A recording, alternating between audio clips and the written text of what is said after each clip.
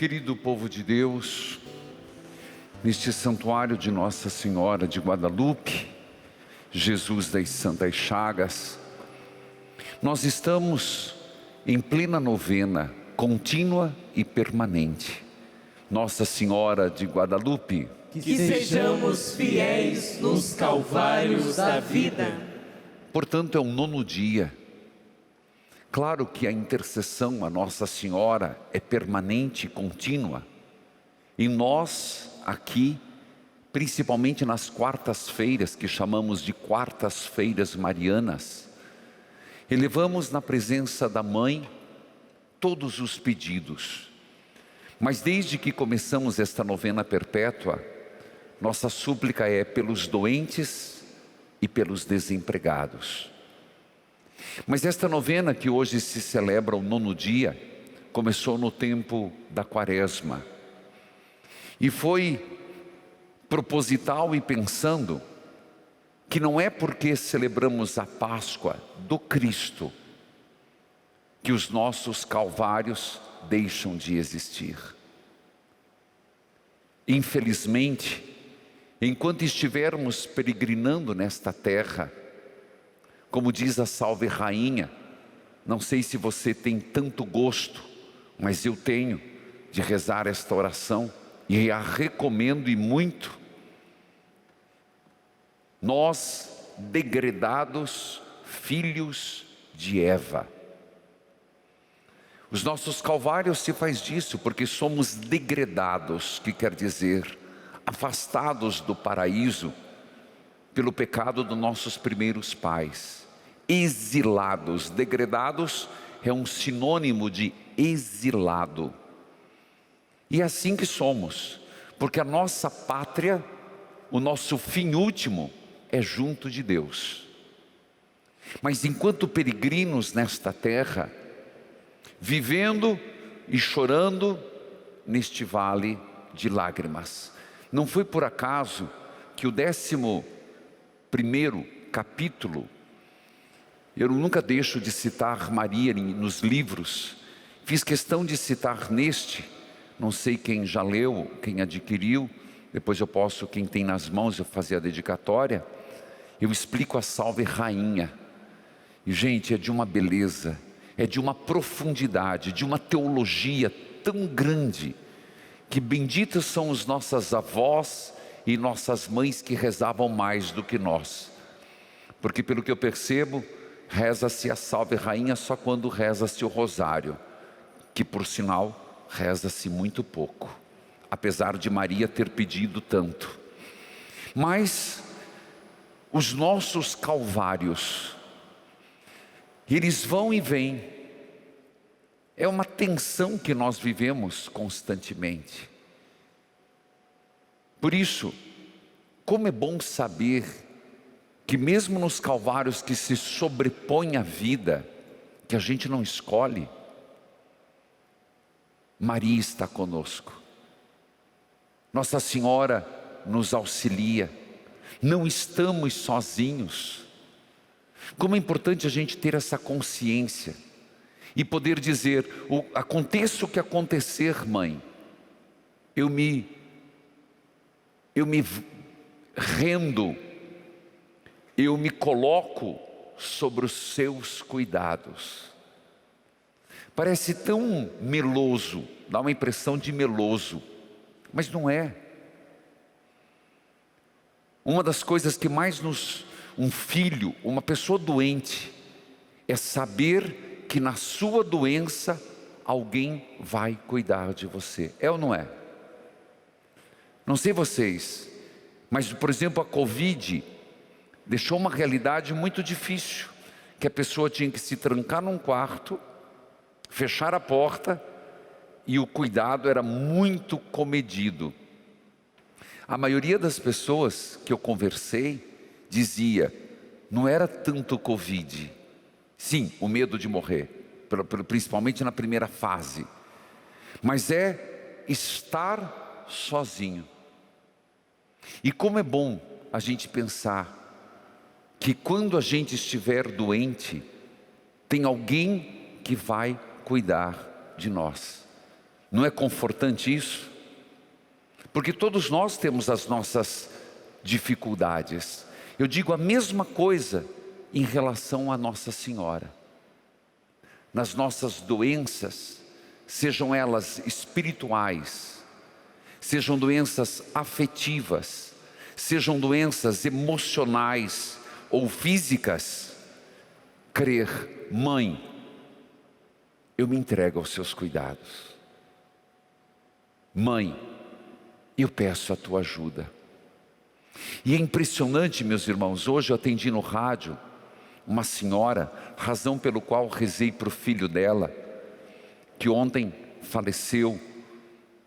Ela dizia no sofá, um AVC, e foi fulminante. Mas ela me contava, não sei quem escutou pelo rádio, se não acompanhou, logo sobe, agora mais cedo, no YouTube, dia 1º, foi que houve essa mudança, se não me engano, 4, não sei, me fugiu da memória, se é 2 horas da tarde, pois a equipe me lembra, mas acho que é 2 horas, sobe agora no YouTube, e depois no reprise, ela dizendo que ontem, às 3 horas da tarde, mãe, ela é mãe, idosa, pela voz, pela colocação, ela disse que estava rezando o terço das Santas Chagas, hoje a mulher me contou, e de repente, ela viu um vulto, que chegava perto dela e diz: me dê luz, preciso de luz. Depois disso, soube a notícia que o filho morreu. Ela inquieta, e eu disse, ela preocupada, porque era das antigas, que na hora da morte, a pessoa tinha uma luz, uma vela na mão. Eu também sou deste tempo, fiz isso com minha mãe, fiz isso com quem pude, mas eu disse para ela: senhora, fique tranquila, eu vou rezar uma missa pela alma do seu filho, a senhora mande no 7º dia, a maior luz a ser acesa será uma missa celebrada pela alma. Mas estou contando isso para dizer o que eu disse a ela: o sangue puxa. Conhece a expressão, né? Mãe é meio sensitiva. Mãe é assim. Não que os pais não sejam, mas mais as mães. Impressionante como você não precisa muita coisa, você sente. Estou errado? Mães, quem é mãe aqui? É verdade isso? Mãe sente, mãe capta, mãe pega. Agora imagina Nossa Senhora. Tudo isso é para dizer isso. Você imagina Nossa Senhora? Se nós temos nossas limitações, você imagina Nossa Senhora, que Jesus mandou: mãe, cuida deles, eis teus filhos. O quanto Nossa Senhora não sente nossos pedidos, nossas súplicas, nossos clamores. Ela é mãe, mãe por excelência, mãe na plenitude, mãe completa.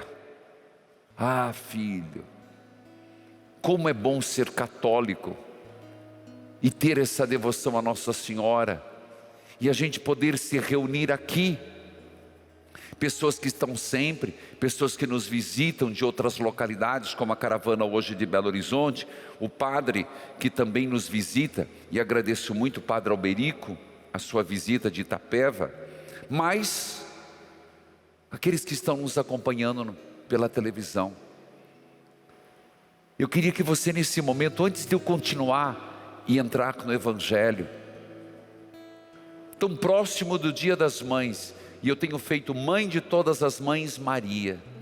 Qual o pedido que você quer fazer a Nossa Senhora este ano? Percebendo essa sensibilidade que a mãe tem, sabendo esse sangue que puxa. Eu usei um termo que minha mãe usava: sangue puxa, filho, sangue puxa. Não sabia Minha mãe nunca fez teologia, minha mãe nunca fez filosofia. Ela falava do coração. Sangue puxa. Então qual o pedido que você quer pedir? Nossa Senhora, me ajude. Nossa Senhora, eu vim aqui no meu Calvário, me ajude. Ajude esta pessoa por quem estou rezando. Nossa Senhora, não nos falhe. Cuida desta causa, mãe. Cuida deste pedido, mãe. Filhos queridos, falar de Maria para mim é de grande amor. E Nossa Senhora é um grande exemplo de seguimento de Jesus. A primeira leitura, ela continua os Atos dos Apóstolos e fala de um personagem, Filipe,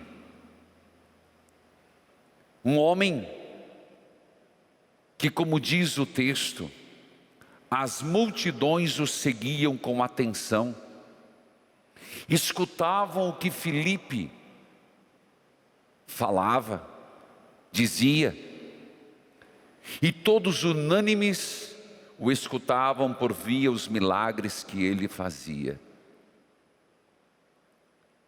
É impressionante, meus irmãos, nessa mesma leitura, fala de um homem que no início causou medo, pavor na primeira comunidade, um tal de Saulo, o futuro Paulo apóstolo, que depois nós saberemos pela leitura dos Atos dos Apóstolos que se converteu.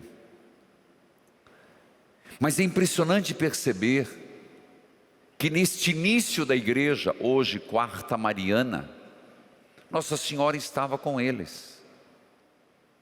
Às vezes nós nos perguntamos, ou falamos muito do pós-Pentecostes. Sabemos que Maria estava no Pentecostes, mas não podemos deixar e esquecer que Maria ficou por um tempo em Jerusalém. Depois acabou indo para outra região. Mas isso que nós ouvimos hoje, que começou uma grande perseguição contra a igreja de Jerusalém. Maria estava lá. Maria cuidava dos apóstolos. Maria esteve no cenáculo. Maria sentia as aflições dos apóstolos. Perdoados já estavam.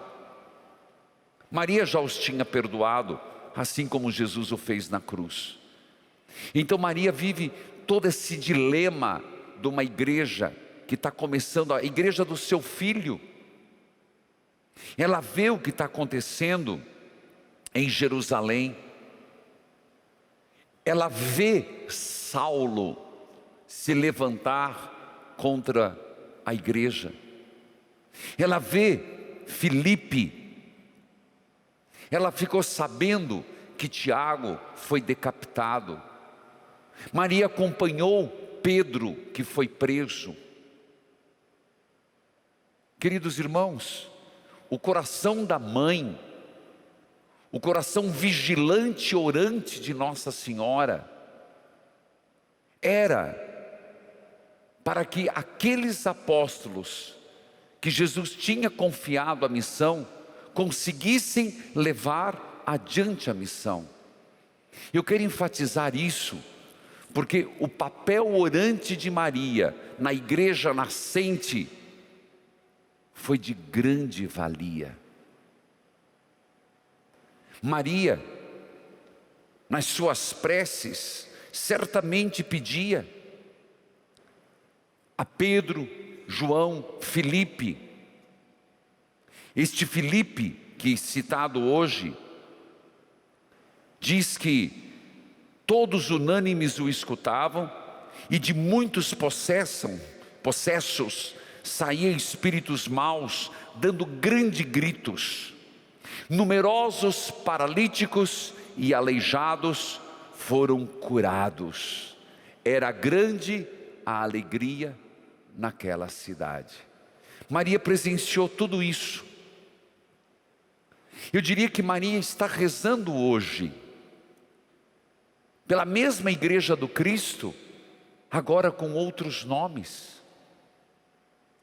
Nossa Senhora, ela está intercedendo pela paz na Ucrânia. Nossa Senhora está rezando, sim, pelo Papa Francisco, sucessor de Pedro.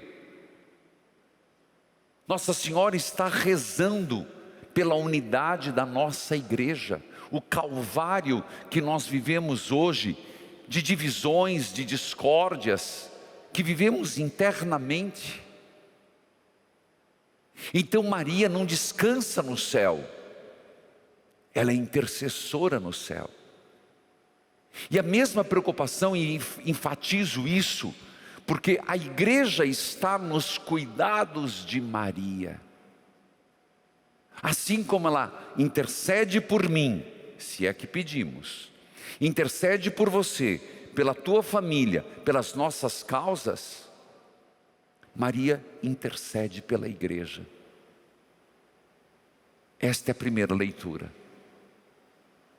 O Evangelho, Jesus está começando o discurso do pão da vida. Começando não, está no meio praticamente. Capítulo 6.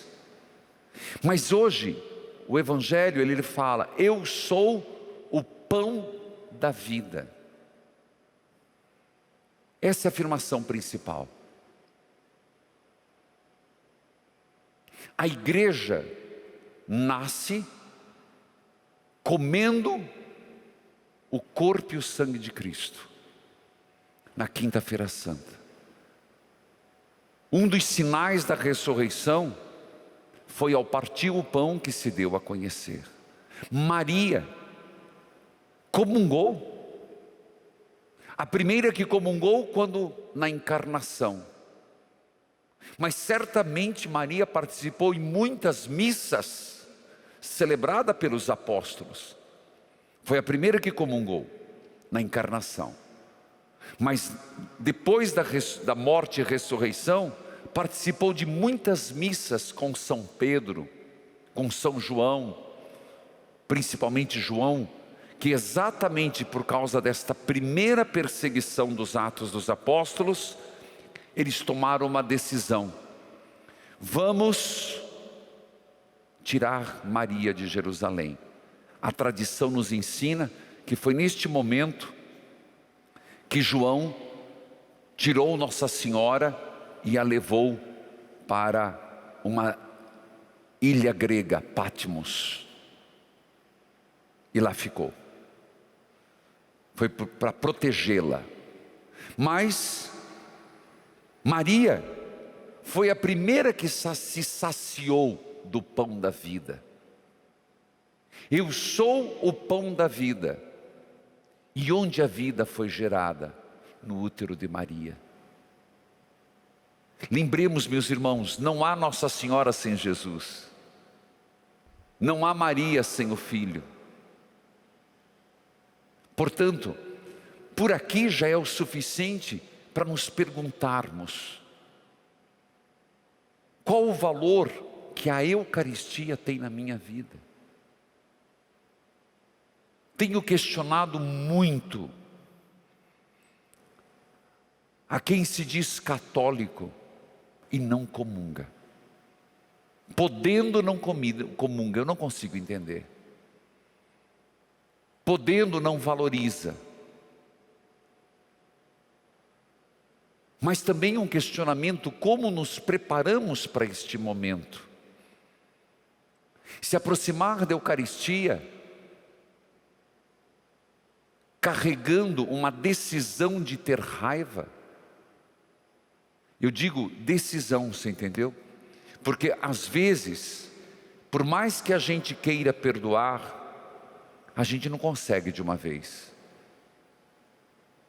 É um processo de perdão, de cura dos ressentimentos, cura das nossas mazelas. Quando você já tomou a decisão de perdoar, nunca se afaste da Eucaristia. Mas padre, eu ainda tenho algumas... Filho, se a gente for esperar não ter nada, a gente não comunga nunca. Mas quando você já tomou a decisão de não guardar raiva, não se vingar, quando você tomou a decisão de fazer o bem, comungue. A comunhão vai te ajudar naquela decisão. A Eucaristia vai te ajudar a levar adiante essa vida que foi escolhida no Espírito. Porque se fosse do contrário, quem de nós poderia se aproximar do altar do Senhor? É diferente quando, não, eu decido não perdoar. Aí a comunhão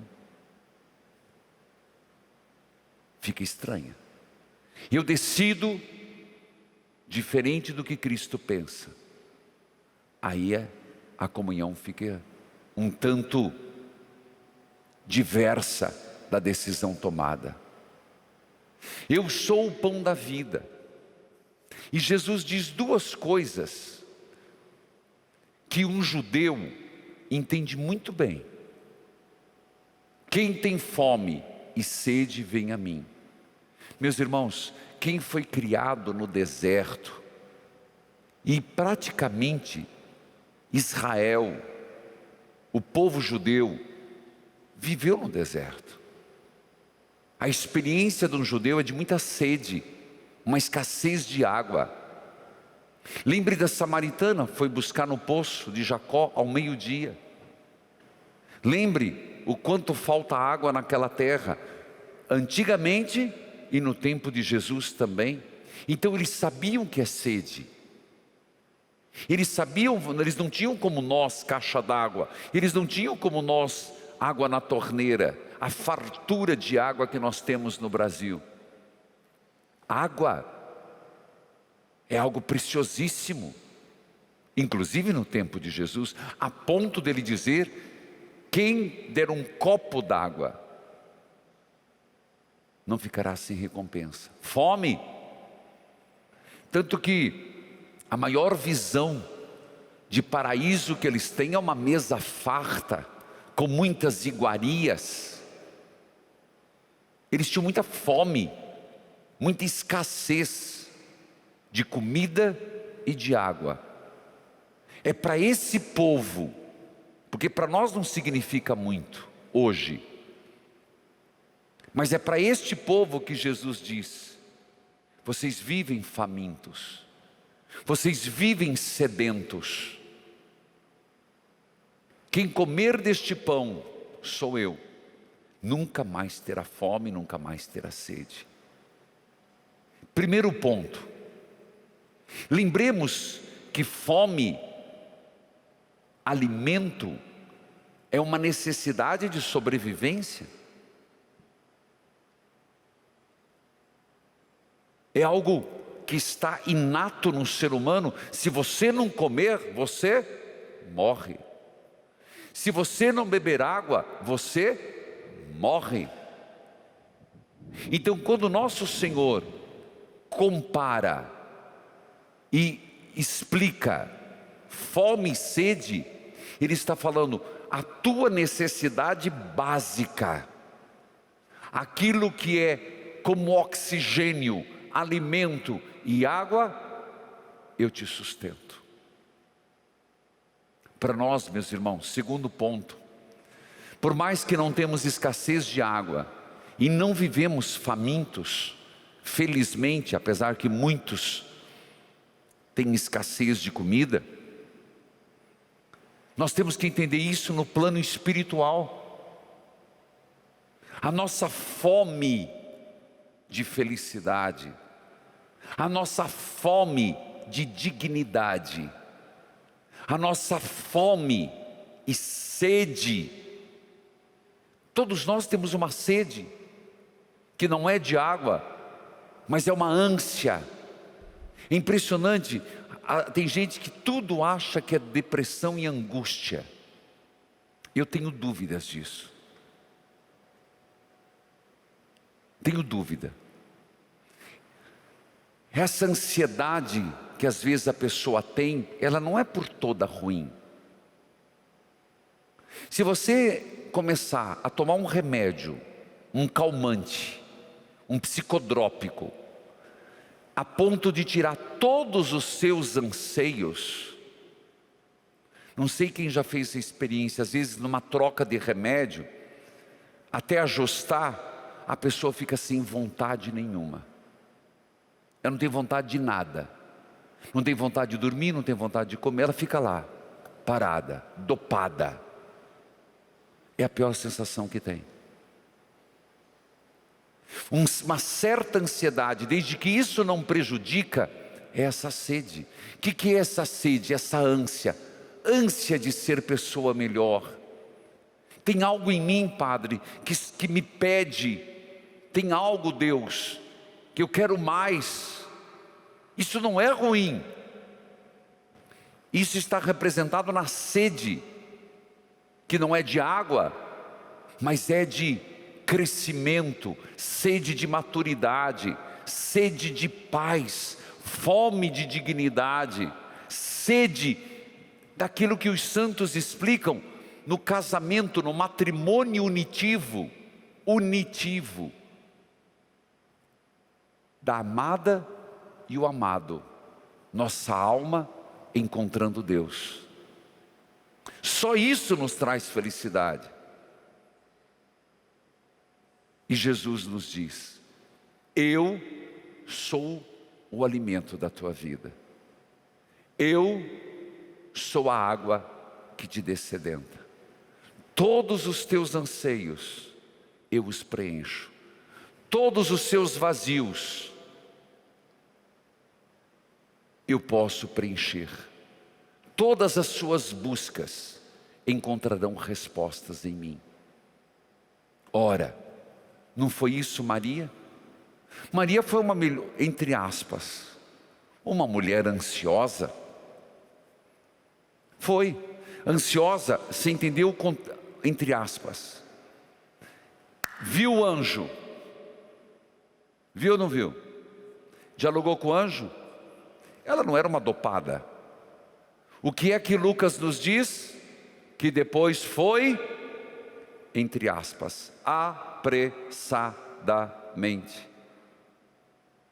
Ver sua Isabel. Maria tinha buscas. Maria tinha anseios. Maria queria mais. E exatamente por isso, foi a primeira que comungou. O pão da vida. O pão que alimenta, a água que descedenta.